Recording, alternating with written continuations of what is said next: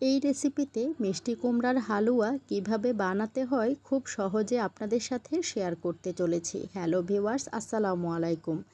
দেখুন, প্রথমে মিষ্টি কুমড়াগুলোকে ভালো করে ধুয়ে পানি ঝরিয়ে নিয়েছি। এরপর এক বাটি পরিমাণ পেঁয়াজ কুচি দিয়ে দিচ্ছি।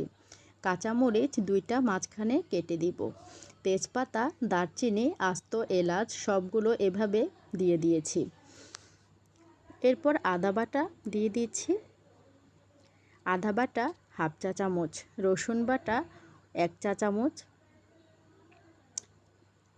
এরপর হলুদ গুঁড়ো দিয়ে দিচ্ছি হাফ চা চামচ, লাল মরিচ গুঁড়ো দিয়ে দিচ্ছি হাফ চা চামচ, জিরা এবং ধনিয়া গুঁড়ো হাফ চা চামচের থেকেও একটু বেশি দিয়ে দিব।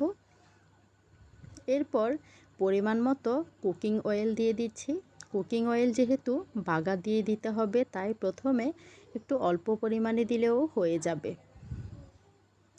এরপর ভালো করে মেখে নিতে হবে হাত দিয়ে। অল্প একটু পানি দিয়ে এভাবে চুলার জালটি মিডিয়াম আঁচে বসিয়ে দিব। ঢাকনা দিয়ে কিছুক্ষণের জন্য ঢেকে দিচ্ছি। এরপর স্বাদ মতো লবণ দিয়ে দিচ্ছি।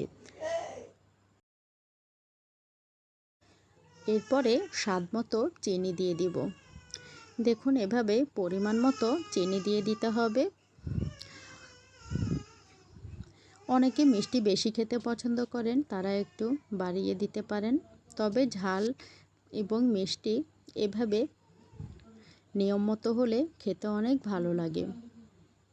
এরপর নারকেল বাটা দিয়ে দিচ্ছি 1 বাটি পরিমাণ। ফ্রেশ কোরানো নারকেলটাই দিতে হবে, তাহলে এটি খেতে অনেক টেস্টি হয়। এরপর গুঁড়ো দুধ দিয়ে দিচ্ছি প্রায় 3 টেবিল চামচ। এভাবে উপর থেকে দিয়ে কিছুক্ষণের জন্য নেড়ে দিতে হবে। এরপর এখানে লিকুইড দুধ ব্যবহার করব। এখানে আর কোনো ক্রমে পানি দেব না। এভাবে লিকুইড দুধ দিয়ে দিয়েছি প্রায় 2 কাপের মতো। ভালো করে স্টিক দিয়ে নেড়ে দিতে হবে। দেখুন, সবগুলোকে খুব ভালো করে এভাবে মিশিয়ে নিতে হবে। এরপর তেল বাগার দিয়ে দিব।